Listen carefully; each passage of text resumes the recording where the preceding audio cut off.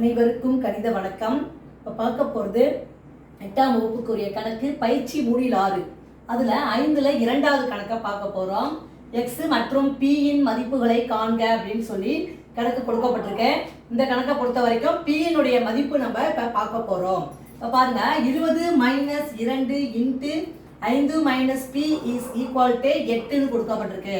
இப்போ நம்ம என்ன செய்யறோம், இந்த 20 நான் அப்படியே போட்டுக்கிறேன், மைனஸ் இந்த 2 இருக்கு பார்த்தீங்களா, இதால வெளில உள்ள நம்பரால உள்ள நம்ம உறுப்புகளை வந்து நம்ம பெருக்கிக்கிறோம். 2 5 10. அடுத்து மைனஸ் இன்ட்டு மைனஸ் பிளஸ் 2 பியும் பெருக்கினால் 2p = 8.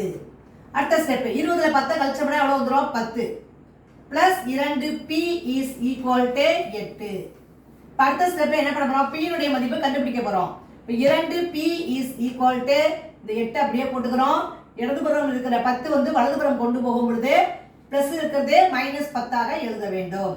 8ல 10 கழிக்கிறப்ப -2 2p = -2 p = -2 அப்படியே போட்டுக்கிறேன். இந்த பெருக்கிட்டு இருக்க 2 வலதுபுறம் கொண்டு போகும் பொழுது வகுத்தலுக்கு வந்துடும்.